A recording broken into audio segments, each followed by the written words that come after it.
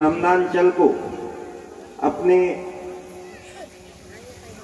धार्मिक वातावरण को और विशेषकर संस्कारों के पक्ष को बहुत मजबूत करते हुए परिवार को बचाने के लिए, धर्म को बचाने के लिए जो काम कर रही हैं, निश्चित ही मैं साध्वी जी के चरणों में नमन वंदन करते हुए, क्योंकि मैं तो अक्सर कहता हूं कि आग लगे संसार में और झरझर करे अंगार, और संत न होते देश में तो जल जाता संसार। ऐसे परम श्रद्धेय दीदी और संतों की विशेषता तो कही गई है कि संत असंत ही के अस करनी और जिम कुठार चंदन आचरणी। संतों के आचरण तो चंदन के समान होता है। कुल्हाड़ी भी यदि संत पार करती है किसी पेड़ को, चंदन के पेड़ को, वो उसमें भी अपनी सुगंध छोड़ देते हैं। ऐसे जिनको दुख और सुख से निर्विकार जो गीता में कल्पना है, ऐसी परम श्रद्धेय दीदी के चरणों में नमन वंदन। यह उपस्थित समस्त मातृशक्ति, क्योंकि ये क्षेत्र, ये भारत माता महिलाओं से हमारी न केवल भारत माता की जय, जब भी हमको कुछ विशेष प्राप्ति की इच्छा होती है तो हम मातृशक्ति के पास जाते हैं। शक्ति की जरूरत होती है दुर्गा मैया के पास, बुद्धि की जरूरत होती है सरस्वती मैया के पास, धन की जरूरत होती है लक्ष्मी मैया के पास। जो भी चाहिए सब माताओं बहनों से लगता है, और परिवार अच्छा चलाना हो तो भी माताओं बहनों की जरूरत होती है। तो ऐसी मातृशक्ति ही इस कार्यक्रम को आयोजन लगातार करवाते आ रहे हैं। सबसे पहले मैं चाहूंगा कि संपूर्ण मातृशक्ति के लिए, शिव मातृशक्ति जो है उसके लिए जोरदार ताली बजाएं सबके सब। और यहाँ उपस्थित समस्त आचार्यगण जो इस पावन कथा को हमको न केवल सुनाने का काम, बल्कि हम सब उसको ग्रहण करके कुछ ना कुछ समाज का भला कर सकेंगे। क्योंकि इस कथा के माध्यम से केवल इतना ही है कि मेरे हिस्से से ज्यादा ईश्वर ने मुझे दिया है। हे ईश्वर, मुझे तुझ पर पूरा भरोसा है, क्योंकि छीन कर खाने वाले का कभी पेट नहीं भरता और बांट कर खाने वाला कभी भूखा नहीं मरता। निश्चित ही कथा के श्रवण से, क्योंकि रामायण आप तो दीदी को रोज सुनाती हैं, और वर्षों से हमारे संत महात्मा कई प्रकार के प्रवचन, हम तो एक दिन का एक भी ग्रहण कर लें तो हमारा जीवन उद्धार हो जाएगा, मोक्ष की प्राप्ति हो जाएगी। और संपूर्ण रामायण का निचोड़ यदि मुझसे कोई एक चौपाई में पूछे तो मैं बताऊंगा, गोस्वामी जी लिख कर गए हैं कि परहित सरस धर्म नहीं भाई और पर पीड़ा सम नहीं अदमाई। परहित से बड़ा दुनिया में कोई धर्म होता नहीं है। और मेरा देश आज विश्व गुरु बना है, तो उसी परहित के कारण मेरा देश आज विश्व का नेतृत्व कर रहा है। तो उसी भाव के कारण हमारे देश के जो भी मनीषी रहे हैं, जो भी हमारे ऋषि मुनि रहे हैं, उनने ऐसी परंपरा विकसित करी कि आज भी हमारी संस्कृति के आधार पर विदेशी लोग खोज करने में टिके और हम प्रश्न चिन्ह लगाए। हमारे यहाँ तो कई लोगों ने राम पर प्रश्न चिन्ह लगाने की कोशिश की।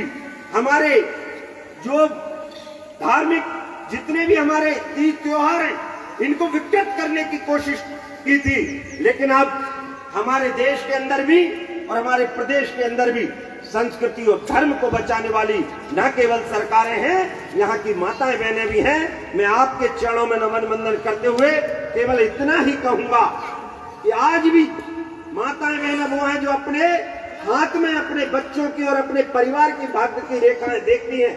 इसलिए आप सबसे इतना निवेदन है कि अपने परिवार को, यहाँ भैया बंधु भी अभी संख्या आती जाएगी, लेकिन मैं केवल आपके कारण बोल रहा हूँ ऐसा नहीं है। मैं भी माताओं बहनों का संगठन चलाता भी हूँ, बड़ा बना भी है, माननीय मुख्यमंत्री जी भी उसमें शिरकत कर चुके हैं। और अभी 5 फरवरी को दीदी से भी निवेदन है, माताओं बहनों का सम्मेलन होगा जिसमें पूरी व्यवस्था, हमारी बिटियों के विवाह करवाने का पूरा काम हमारी माताएं बहनें करती है। ऐसे संगठन को जिसको मध्य प्रदेश में अच्छी मान्यता मिली है, मेरा निवेदन है, क्योंकि आज भी ये परिवार गांव बचा है तो आपके मैनेजमेंट के कारण बचा। मैं तो एक बात आखिरी पूछ रहा हूँ, दीदी का प्रवचन हम सब लाभ लेंगे, आगे भी कार्यक्रम केवल इतना ही कह के कि अपने घर में यदि दूध नहीं है और मैं माताओं बहनों से कह दूं कि माता जी चाय पीने आ रहा हूँ, दूध बिल्कुल नहीं हो, मेरे साथ 10 जने, तो भी आप चाय पिला देंगी। अब दूध कहाँ से आएगा ये आप ही जानती है, इसलिए निवेदन, आपसे ज्यादा मैनेजमेंट कोई जानता नहीं है, एक बार मातृशक्ति को फिर से देश की कमान दे दो, पूरा देश अपने आप विकसित हो जाएगा, ये भाव।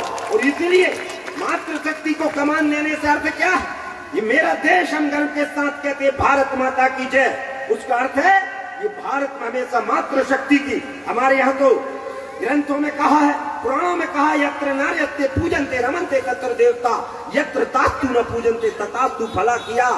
जिस जहाँ जहाँ माताओं बहनों का आदर होता है वहाँ देवता अपने आप वास करने लगते हैं।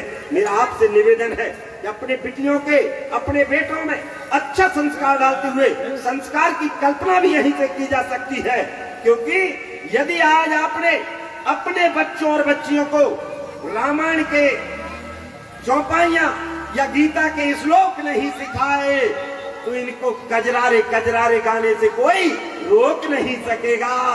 यदि आज आपने इनको मंदिर की सीढ़ियां नहीं चढ़ाई तो इनको बियर बार तक जाने से कोई रोक नहीं सकेगा। भैया बंधुओं से निवेदन है, क्योंकि नशा हमारे यहाँ परिवारों में भी कुरीति है। और मैं तो एक निवेदन के साथ बात समाप्त करता हूँ, दीदी माँ तो सुनेंगे हम, कि यदि आज आप बीड़ी पीते हो तो अपने बच्चे को सिगरेट से रोक नहीं पाओगे और पोते को दारू से रोक नहीं पाओगे। इसलिए इस कथा के माध्यम से आज आप संकल्प लें कि कम से कम अपने व्यक्तिगत जीवन में सुचिता लाएं, व्यसन मुक्त हो। और कथा कहने से, example is better than precept, कहने से करना भला होता है। इसलिए मेरा निवेदन है कि अपने घर को संस्कारवान बनाते हुए और इस कथा के माध्यम से हम श्रवण करके एक भी चीज एक दिन की सीख लें तो हमारा घर परिवार और हमारी जाति और हमारे देश प्रदेश सबका कल्याण हो जाएगा। आपके मन मंदिर में बैठे हुए उस परमात्मा परमेश्वर को नमन वंदन करते हुए और उस राम राज्य की कल्पना के साथ कि जिसमें दैहिक दैविक भौतिकता पर राम राज्य काहू ही नहीं व्यापा और सब नर करहि परस्पर प्रीति चलहि स्वधर्म नीति सुखी नीति। आप अपने अपने दायित्व का निर्वहन करते हुए, क्योंकि जो लेने लेने का काम करेगा उसको हम विकृति कहते हैं। समुद्र लेने लेने का काम करता है, इसलिए पानी खारा हो जाता है। यदि पानी रुका हुआ रहे तो पानी सड़ भी जाता है, कुंडा बन के सड़ जाता है। इसलिए मेरा निवेदन है कि आप जीवन में चलायमान रहो, धर्म के प्रति चलायमान रहो, अन्य लोगों से हम अच्छी सीख लेते हुए कि अपने धर्म के लिए हम क्या दे सकते हैं। और देने का एक आखिरी निवेदन कि सब बोलते हैं कि मैं गौ माता की रक्षा करूंगा, कोई बोलता मैं नर्मदा मैया की सेवा करूंगा। ये बोलना बंद करो। अरे नर्मदा सबकी माँ है, सबकी रक्षा तुमको भी, तुम्हारे घर में कमी हो जाए तो सबसे पहले जाते हो नर्मदा में, तरणाहार होता है, घर में शादी आ जाए तो पहला निमंत्रण उसको, पहली विदाई उसको। जो सबकी रखवाली है उसकी तुम रखवाली नहीं कर सकते, उसकी रक्षा नहीं, उसकी सेवा करना प्रारंभ करो, काम अपने आप बन जाएंगे। गौ माता की रक्षा नहीं, गौ माता की सेवा करो, हर घर में गौ माता का पालन पोषण हो। और नर्मदा मैया के संरक्षण के लिए आप घाटों पर भी जाएं तो 15 दिन का कचरा छोड़ कर ना आकर, बल्कि उस मैया के लिए, हमको दर्शन मात्र दीदी रोज बताती, दर्शन मात्र से लाभ मिल जाता है। तो वैसा लाभ आप ले, आपके मन मंदिर में बैठे हुए उस परमात्मा परमेश्वर को नमन वंदन करते हुए एक बार बोलूंगा, बोलो भारत माता की जयकारा जोर से लगा लो, बोलो भारत माता की, संत समाज की, नर्मदा मैया की जय हिंद, जय भारत, भारत माता की जय, गौ माता की जय। बहुत सुंदर।